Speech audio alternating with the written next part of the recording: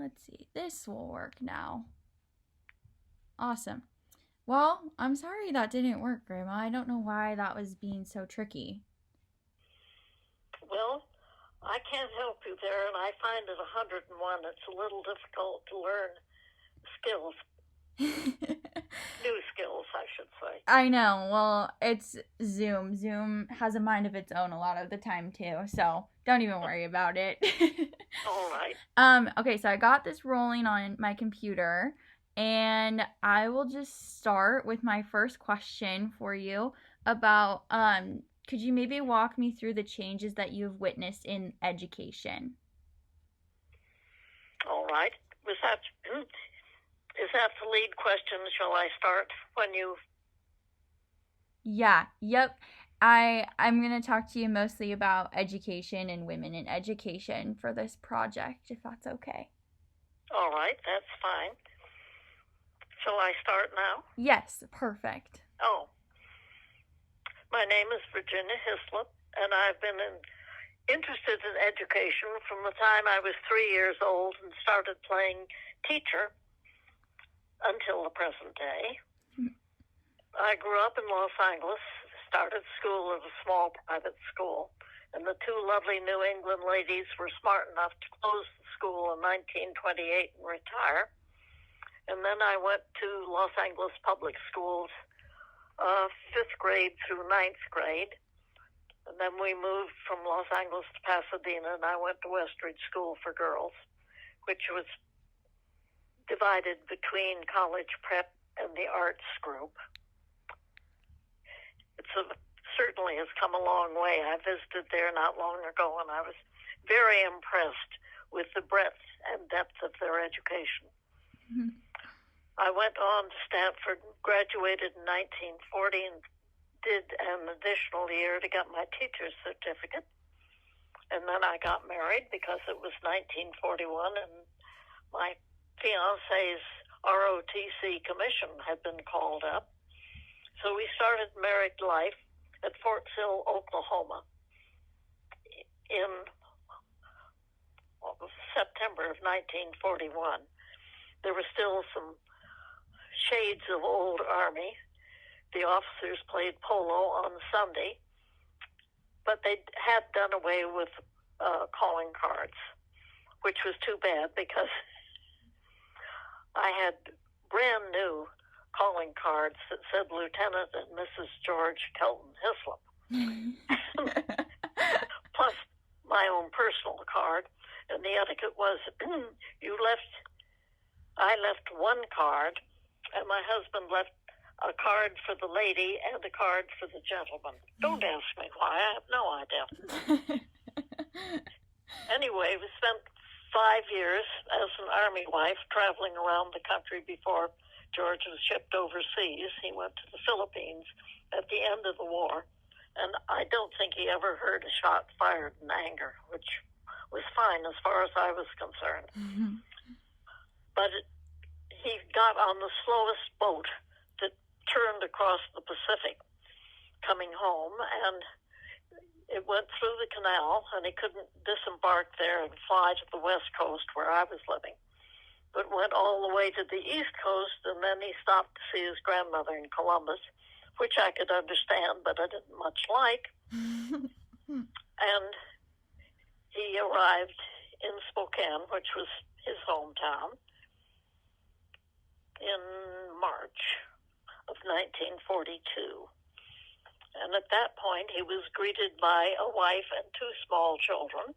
Mm-hmm. One had been born at Fort Sill, and the other one had been born in Carmel while George was overseas. So instead of going to law school, which had been his intent, he went into ranching with his father. And we had the choice of living in Spokane and having him commute and seeing him only on weekends, or moving to the Yakima Valley. And I decided, let's take a look at the Yakima Valley and see how that'll work. Well, it's worked pretty well. That was 1946. And if my calendar is correct, this is 2021. And I've because I was concerned for my children's education, and I wanted to see how the schools worked here and what sort of standards they had. Were they still working on pre-World War curriculum, or had they improved it a little? And for a small town, and at that point I think probably 40,000, maybe 45,000 people, and no new schools had yet been built. So most of the schools had been built in the 20s because of the agricultural situation in the 30s. There just wasn't the money or the interest, I might add, to put into the schools. But there came a time, and it was probably 46, 47, after the war. There were a lot of very young families, young men who'd grown up in Yakima who came back either to go into the fruit business or the family business, as it might be. And some of them had married young women whose families were in the fruit business or in small businesses here in Yakima. So there was a swell of children ready to go to school. Mm-hmm. And there simply weren't the classrooms. I don't know there was a teacher shortage or not. I rather doubt it. Mm-hmm. But when Anne, who was the older of my two children, was ready to go to school, kindergarten was a double day. You could either go in the morning or the afternoon. Mm-hmm. It was not a full-day program. And I became involved, firstly, in a bond issue to raise enough money to build new schools. We needed them desperately, and we needed them now. Mm-hmm. And fortunately, the Yakima public felt the same way. So we got the money for the first bond issue, and we built 2 new grade schools and upgraded a lot of the things that had been standing for, I don't know, since the mid-20s. Oh, wow. And that was fine. We lived in an older neighborhood. The children could walk to school easily. I don't recall any particular programs that were out of line. And Anne finished the 6th grade and went on to Franklin Junior High School, which was adjacent to the park and about a mile from the house, which was fine. Mm-hmm. And Bill came along the year after. So she'd broken path, or at least exposed me to the local schools. Mm-hmm. And unfortunately for him, his sister was an overachiever. And I think he struggled trying to keep up with part of the things. Mm-hmm. And through junior high, as far as I could tell, it was pretty standard curriculum. And then came high school. And that's when I decided enough is enough, because actually it was 9th grade at junior high that got my hackles up, because Anne was a good student and was to be editor of the little local paper. And the counselor said, oh, no, she must take home ec. There isn't an option. And I said, well, there must be an option. No. State law, every girl before she graduates from high school must have a year of home ec. And I said, all right. Is there any reason why she can't take it in high school? Well, that thought hadn't occurred, and they weren't very happy about it, but they allowed that was so. And I decided maybe I'd better get involved in more than just having a class changed. I think maybe they need to have a little upgrading. And so I was making a big fuss about it, and several of my friends said, why don't you run for the school board? Well, I hadn't thought about it, and I thought, well, give it a whirl, which I did, and stayed on the school board for 20 years, and I hope improved the schools during that time. It was a time of growth and a time of change, We had additional Hispanic students, and currently I believe the Yakima School District is something like 62 or 63% Hispanic, which it wasn't in the 50s. Mm-hmm. And then after, I'm not sure when the IB program came in, Mm-hmm. international, and there were no advanced applied college courses, but there were a whole group of students who were very competitive, which was a good thing because they kept each other on their toes and busy. Mm-hmm. And what I've seen over the span of years is that there's a recognition that there are more than two ways to get through school. We have a very good community college here, and I was on that board for a while. And we tried to see that instead of the young person being thrust into a mold, that there are opportunities to find out which mold or what path to education will be best for the individual. Mm-hmm. It takes a good counseling system to do that, and it takes money. And sometimes, particularly the farming industry wasn't terribly interested in advanced education for their kids. You don't need college courses to run a tractor. Mm-hmm. But on the other hand, there was certainly a group of parents who were very interested in having the best possible education available. My feeling was you should have the best education you can afford. And we had enough people interested so that we had good buildings and safe buildings. The thing that happened with the addition of the virtual world was almost all the buildings had to be rewired, and that was very expensive. And some of the older buildings we had contractors and architects look at them, and it was cheaper and more efficient to bulldoze the buildings and build new with adequate wiring. And I think that's paid off over the years, because the whole generation that started going to school in the late 50s grew up with television and feeling that using all the digital equipment was perfectly fine, normal, and natural. Mm-hmm. And I'm sure this last year with virtual learning has been extremely difficult for the teachers, for the students, and certainly for the parents, with parents working at home and kids working at home. You hope the broadband is broad enough to take care of all the computers they need. Mm-hmm. And I'm sure that there's less emphasis at this point on getting into the right college, and you can put quotes on that, mm-hmm. than being prepared for something that will give you not only pleasure, but hopefully a salary to pay your bills. And I think that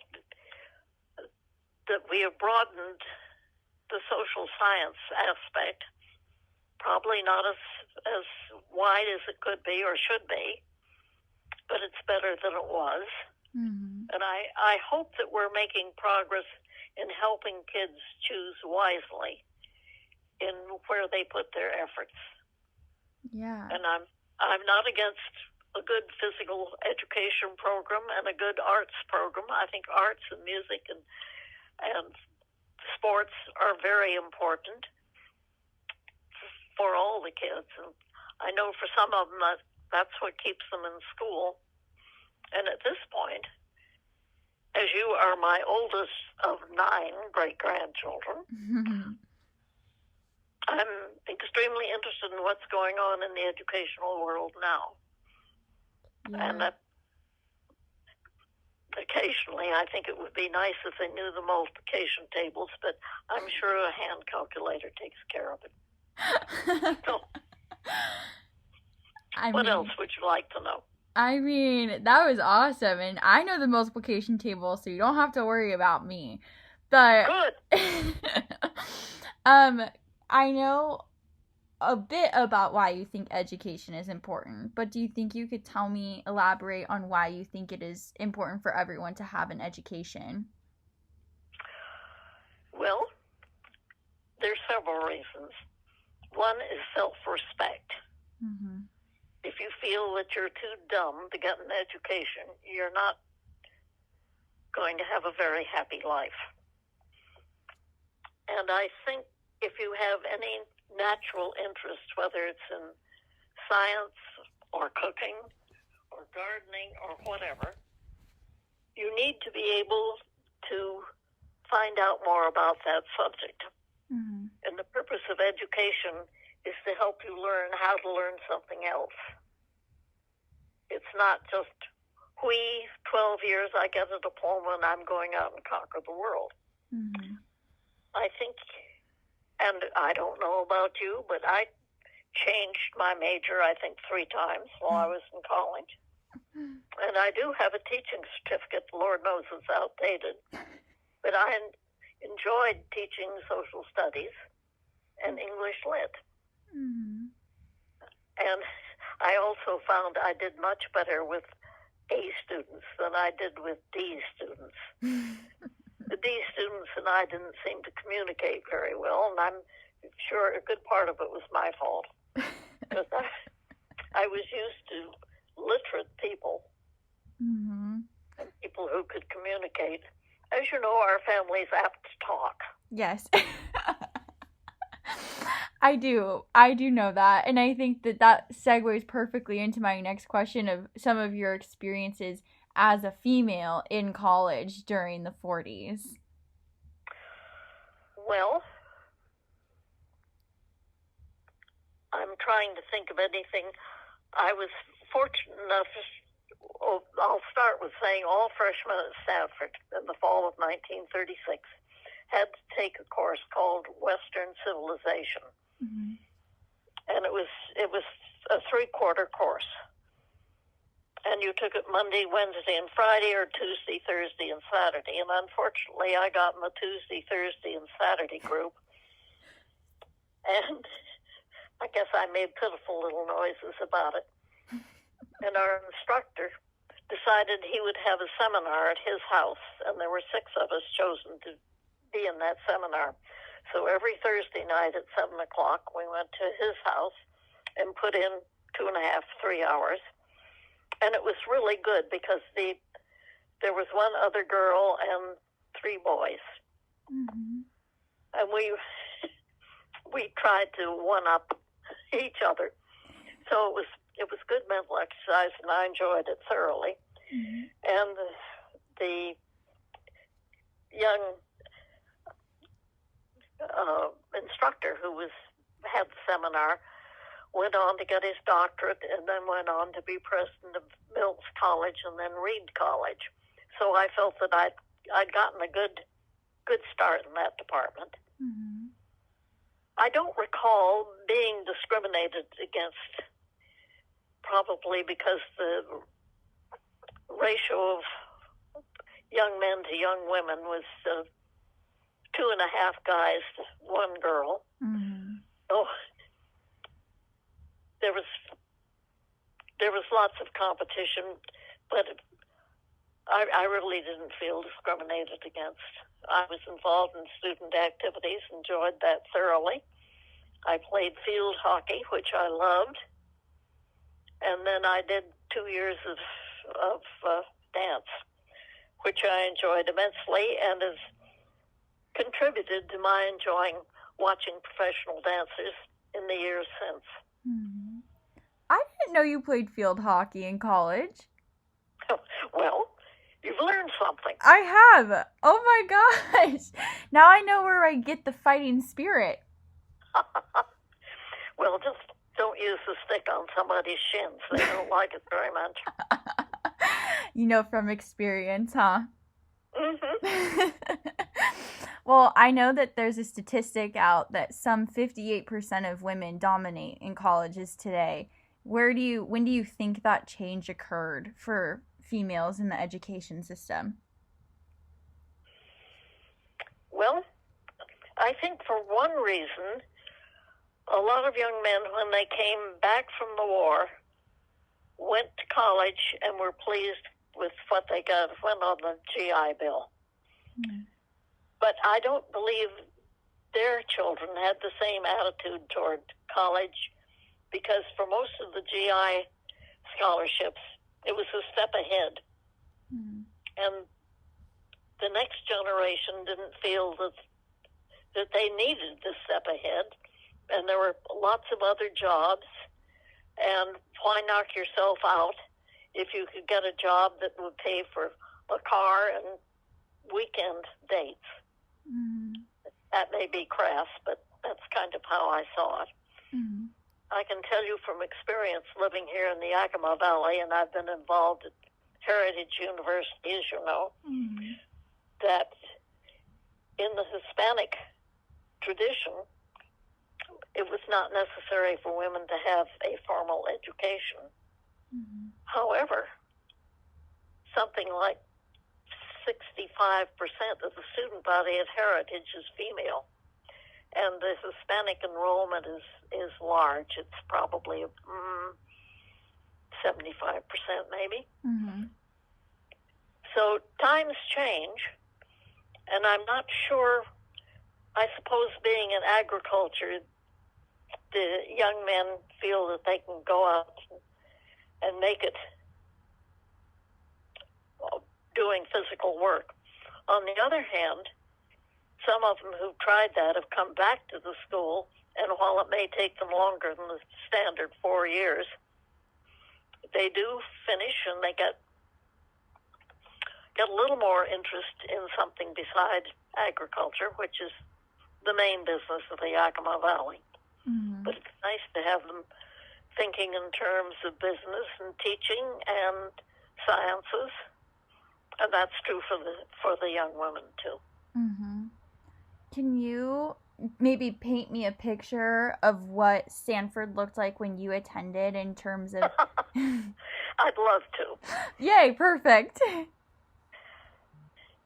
When I enrolled in the fall of 1936, I had been looking forward to going to Stanford as long as I could remember. My mother had gone to Stanford, and I had heard all the stories, but I had not been on the campus. My grandparents, or my mother's mother and father, lived in San Francisco, and we took the train up there, but we didn't drive very much, at least not that kind of driving. Mm-hmm. And so it was all brown hills. Well, you know what Central California can look like. Yeah. And we were all very excited. And let me tell you that young ladies did not appear on the Stanford Quad weekdays or Sundays. Saturday was a different item. Without stockings. That's one thing. I can remember if you got down to your last pair of stockings, you needed to get into Palo Alto and buy some quickly because you were expected to look like a lady. Mm-hmm.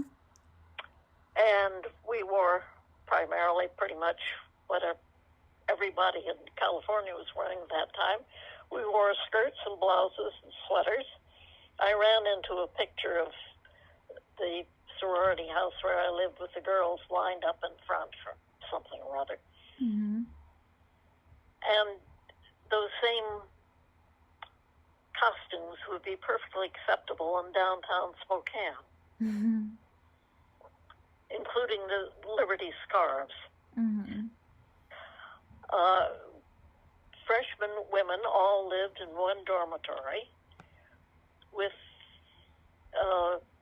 lights out, or at least back in the dormitory at 10 o'clock on weekdays, and on weekends you could have a 2:30 date and a 12 date. and you checked in and you checked out. They wanted to make sure that we were safe, which was fine, and we all played sports. That's when I played field hockey and danced.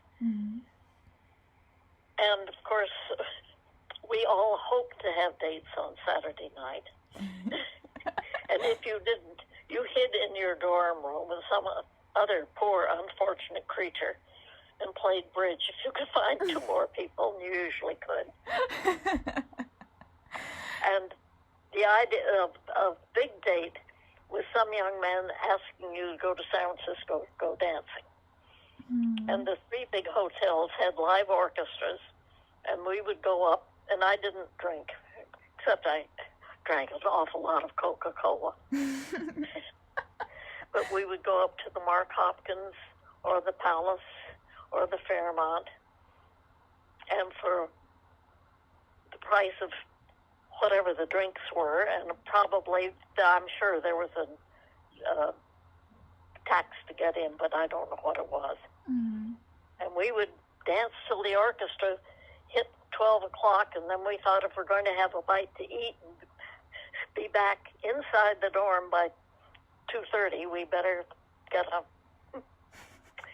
the road. So, and football was very big at that point. Football weekends were great fun, and we had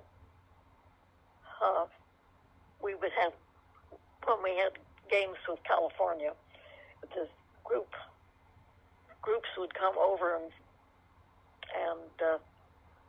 tailgate, go to the game, and whatever excitement was available afterwards. At that point, housing beyond freshman year were fraternities and sororities. There were 9 sororities and about 1,000 women. So membership was by invitation. It was not a good system.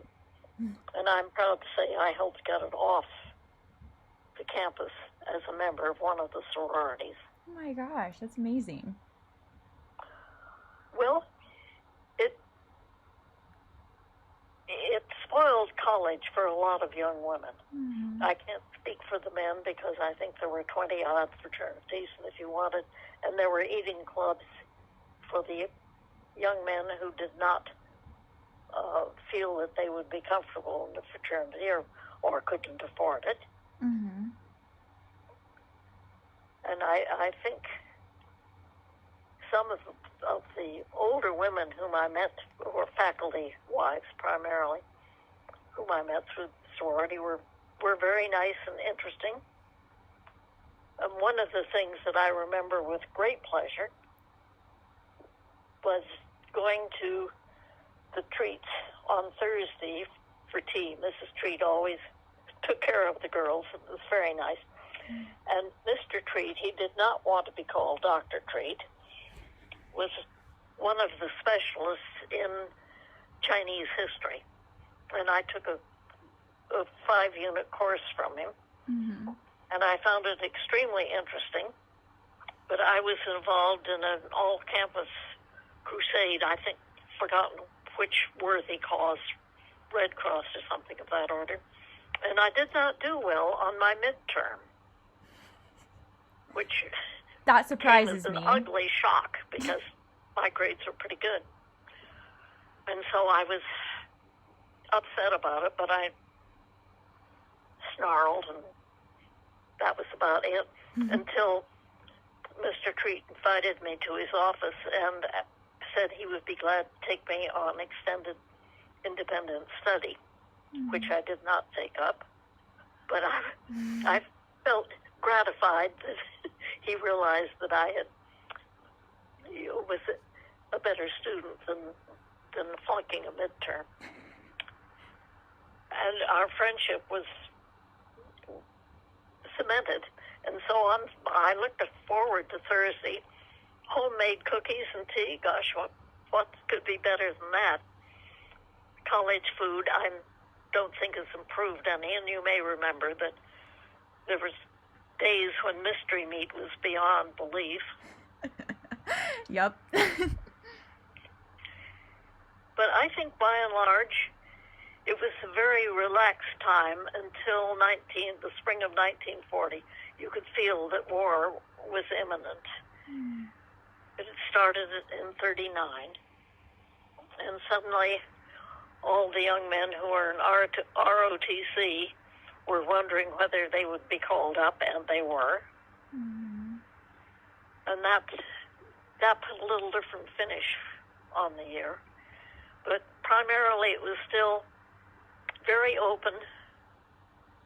Looking at it all these years back, we were rather naive, and I'm happy to say optimistic, and I wouldn't redo any of it. That's awesome. You said that you don't remember being discriminated against in college, but is there any other time period where you felt like you were being... Oh my goodness, yes. When I started applying for jobs teaching, I ran across it. I was young and unmarried, and I couldn't coach football, and so I definitely felt that I was in a second-class citizenship there. And I've run into it when I've been involved in working with the government, local, not national, that, it's nice, but a man really should do that job. And so you smile a lot and think, I'll show them that I can do the job better. That's been my reaction. I mean, I know where I get it from then, because that is me. Sometimes you have to kill them with kindness. Exactly. It's the classy way to do it. So, any other questions? Yes, ma'am. Okay, I have a question about your family. So the women that came before you in your family, how did they influence you? Well, my maternal grandparents were very sweet. Well, I'm not sure Granny was sweet. She was very smart. But they were typical of the part of Missouri that had been settled originally, people from Virginia, and the manners were Virginia, and the standards were Virginia. And my grandfather family had lost everything in the war between the states, and he couldn't afford to go to college. But he was very affable and a good salesman. He represented American Sterilizer for a good number of years. And they gave him the California district when my mother was an only child. When she was 8, I believe, 8 or 9, and they moved to California then. So Mother grew up in Palo Alto and went to Stanford for 2 years, and by that time the First World War was going great guns, and my mother's roommate, who was from Los Angeles, had a friend who was at the military camp Menlo Park, and she wrote to my mother and said, Phil Sterry would like to call on you. Is that all right? And he came and conquered. They were married in August, so Mother did not finish college. And they were married in August, and I was born in June when my father was in New Jersey, port ready to go to France. But at that point, his unit, whatever it was, he was an infantry officer, was sent on another mission and did not go to France, and he came back and got out of the Army in 1920, and he'd not graduated from law school. I think he'd done 2 years of it, and the California Association gave all the returning veterans the opportunity to take the bar, and I think they were probably lenient in grading it. So he started business as a lawyer and stayed in the law all his life. And my mother kept her Stanford friends. They had a bridge club. It was known as Stanford Bridge Club. I think there were about 3 tables of them. Mm-hmm. And for years and years, there were enough of them so that once a month, somebody had the whole group for lunch and bridge. I can remember when it was Mother's turn, things got tidied up quite a bit. And it was something she looked forward to and keeping in contact with those people. Yeah. And on my father's side, the family had been in New England for a good number of generations. And before Kansas came into the United States, my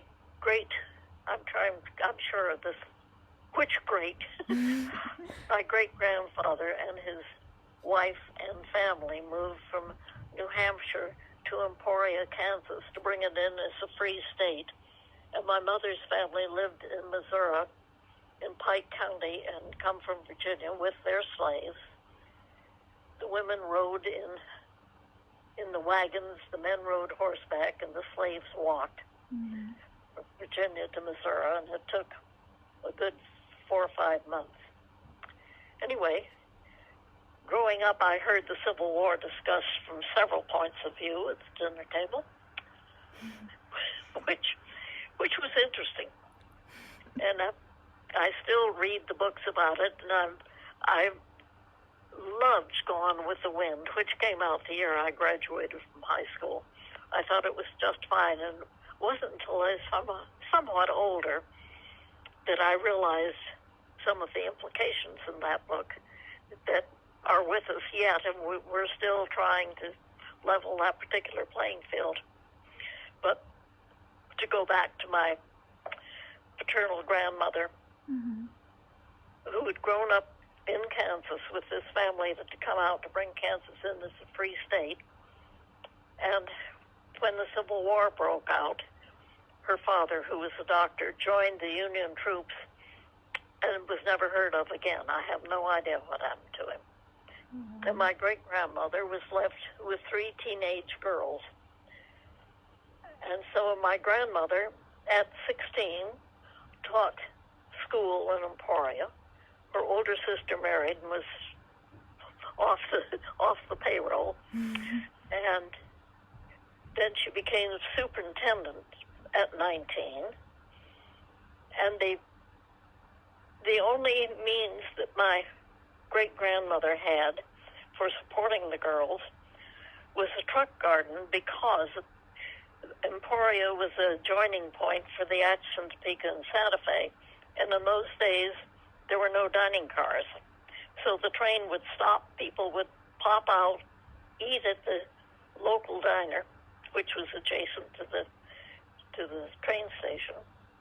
And my great-grandmother raised fruit and vegetables, eggs, saw that they had their supplies. And as I say, my grandmother's older sister got married and went away. And my grandmother was, I'm sure, added what meager amount she got as school superintendent to the food supply. And the younger daughter evidently had round heels and ran away with somebody, and again was not heard from. I have no idea what happened to her.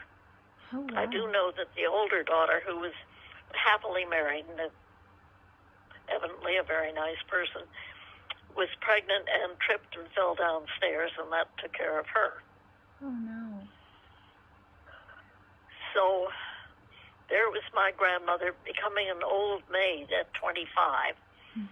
When the Atchison, Topeka, and Santa Fe sent one of their legal team down for some, I don't know, contract of some variety.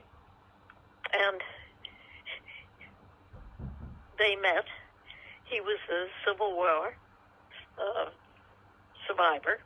He'd been a captain in the Ohio Infantry, or I'm not sure what the name of his unit was. I do remember he had a very handsome saber, because that used to be in my grandmother's house. His name was Clinton Orestes Sterry. He was well over 6 feet and well over 200 pounds and had a black spathed beard. I've seen pictures of him. I never knew him because he died in 1903 when my father was 8. My father was an unplanned addition to the family.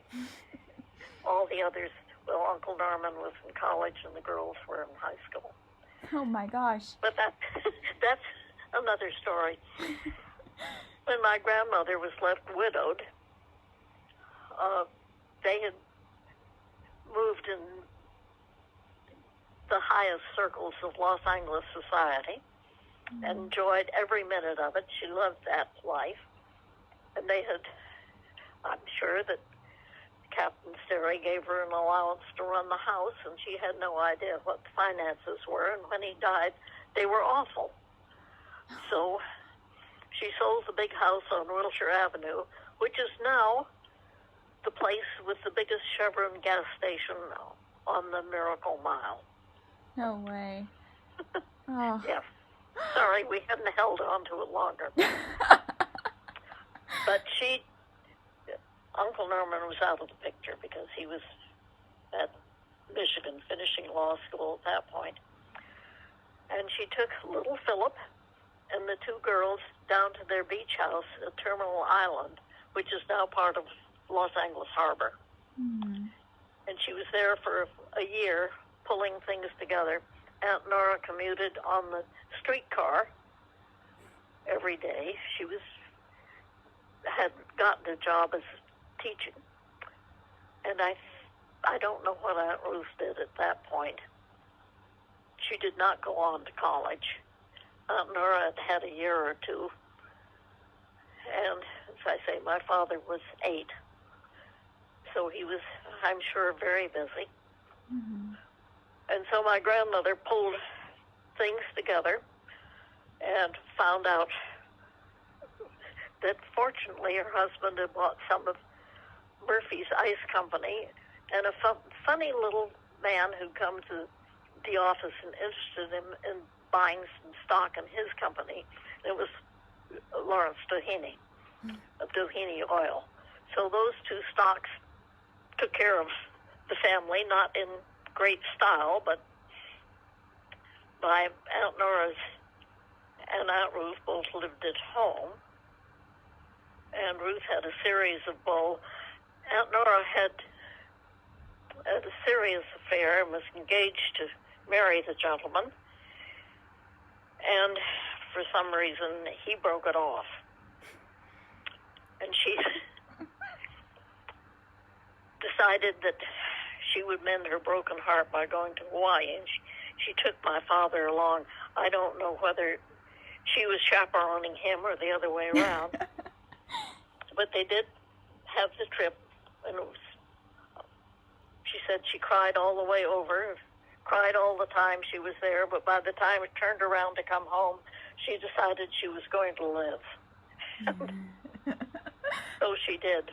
And many years later, the gentleman involved was chatting with me down at the beach club, and he said, you know, I always regretted not marrying Nora, and I thought to myself, so did she, dear, but it's a little late to worry about it. Oh my goodness. So, Aunt Ruth, who was, I'm trying to think the best way to describe her. Well, she was flirtatious. She was clever. She wrote extremely well.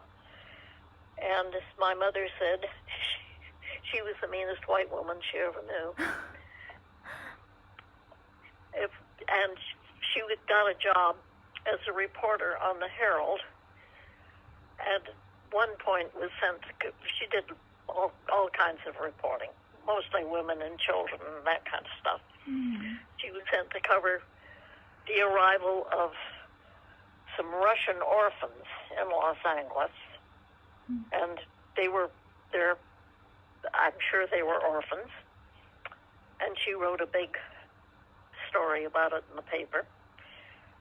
with, I'm sure, the sound of violins in the background. And Uncle Norman called her and said, "Ruth, for God's sake, you're not thinking of adopting one of those children."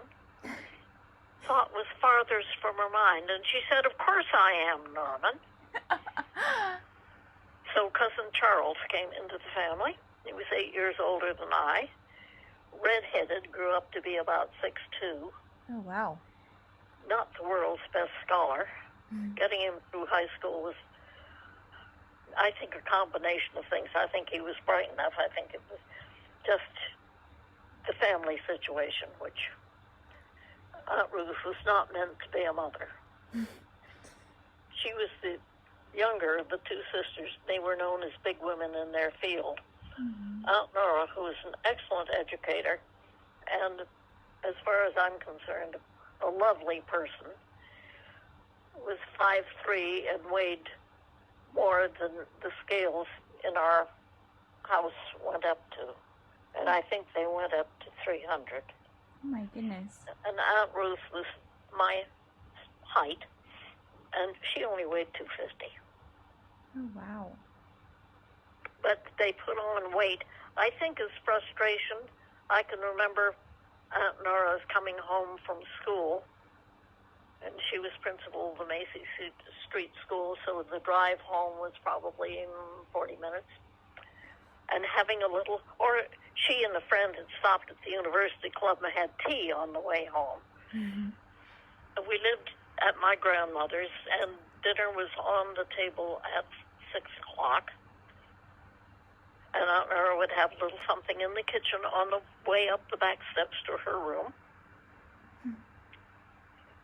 And so she was a big woman in education, but she was also very involved in setting curriculum and in seeing that the East Side got its share of whatever goodies were available.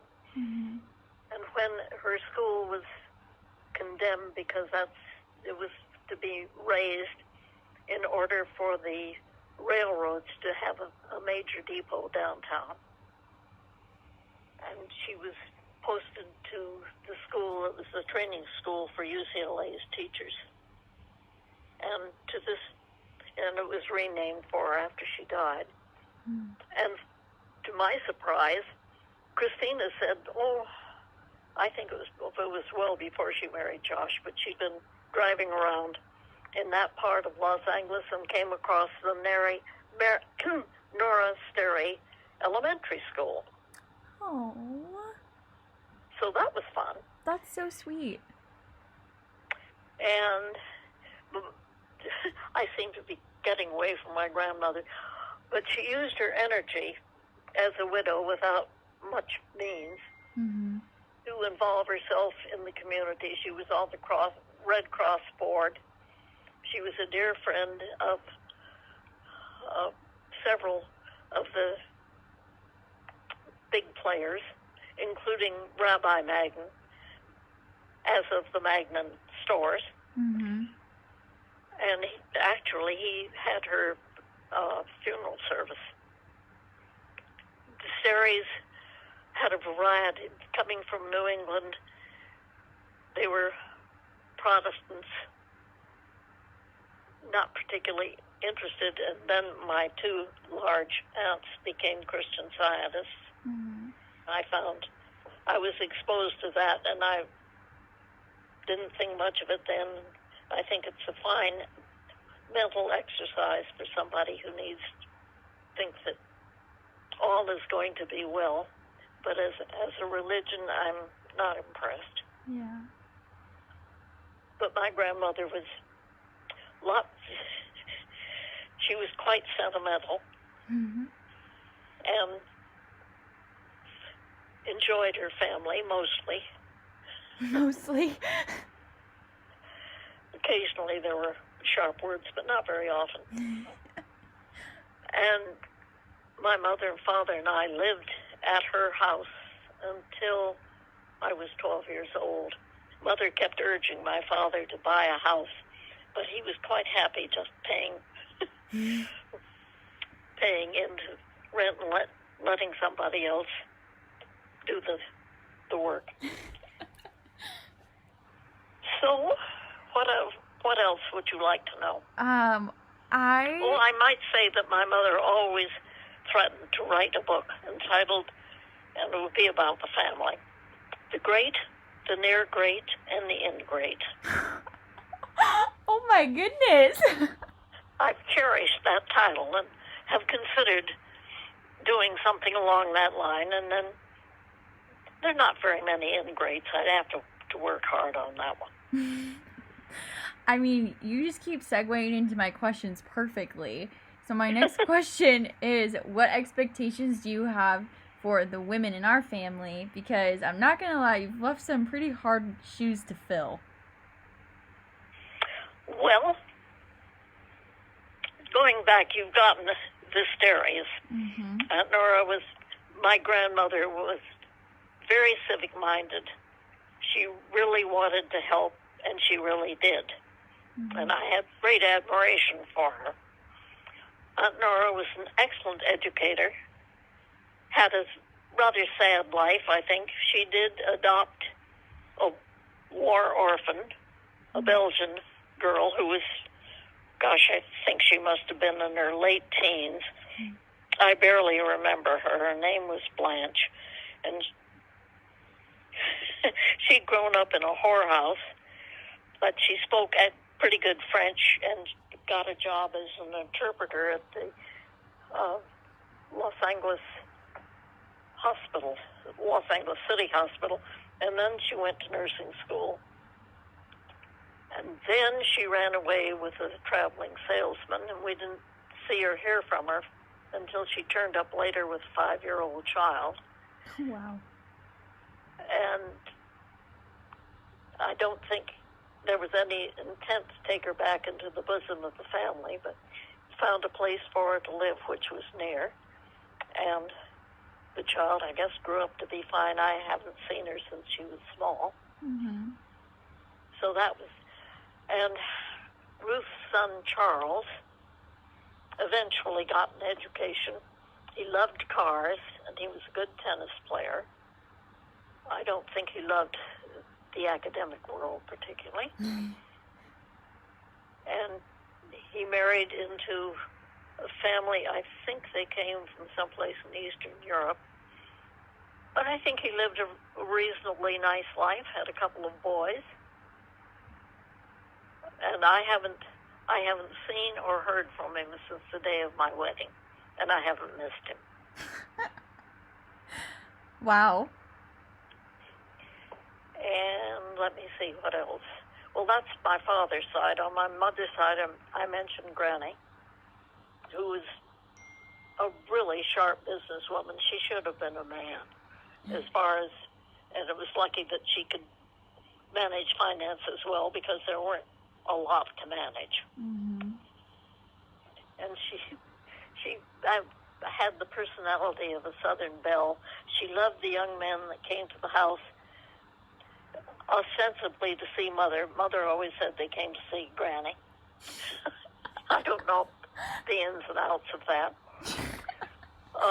Granny was the 7th of 10 children, 4 boys and 6 girls. One of the girls died at 2 or 3. Mm. And they lived on a very sizable farm north of St. Louis. And the boys all went down to St. Louis to high school. And the girls went to the Mary Institute, which is still in business. And Aunt Sally, who was the oldest girl, had terrible eyesight. But she would go down and get sick and not be able to finish the terms. And Granny would be sent down to finish the term. And she said the sisters would come around to kiss the girls goodnight when they got into bed. And when she heard their footsteps, she got down on her knees as if she were praying. And she was. She prayed that they'd go right past her. And Granny was very good, as I say, about managing. And Mother didn't start to go to school until she was 8. Granny'd had a terrible delivery and was invalided after mother was born. Mm-hmm. And so mother was sent down to the farm to be raised by the family. And she was always very close to those aunts. Mm-hmm. And it was a large farm, and it took in all sorts of friends of friends. And one young man who was a friend of one of the boys, I don't remember which one, whether it was Harry or George, married, and they thought that was fine, and they liked his wife. And she died and left two little boys. Well, those two little boys were raised at Aberdeen with mother. They were, on age-wise, there was one on each side of her. Mm-hmm. And the man was a mining engineer. His name was Pollock. And he furnished German governess for the boys. So mother tagged in on that and spent the first of her learning time there with the two boys and the German governess, and then went on to school in Palo Alto and to Castellan to Stanford. So she was always trying to keep up and read everything that came down the pike. Mm-hmm. So I'm sure that, well, she probably would have enjoyed another 2 years. She said all the men were away at war, and it wasn't nearly as much fun as it had been before. And her mother's sisters, my great aunts, with their mother, who lived to be 90, mm-hmm. moved to Pasadena after my great-grandfather died. I never knew him. He died before I was born. But I do remember my great-grandmother, who was small, very blue eyes, iron gray hair, and a very sweet, soft manner. Her children all adored her, and I don't think she could boil water, but she wrote beautiful letters. And they all, fortunately, they always had help, including Ella, who was still working in the kitchen when I came along. Ella came to work for them when she was 14, and she worked for them and came to Pasadena with them and brought her husband at that point, mm-hmm. and worked with them until she retired because she was mentally failing in her late 60s. So that's part of the family history, too. Wow. And my grandmother's two younger sisters did not marry. Aunt Sally neither. She always first ran the farm and then took care of all the family finances.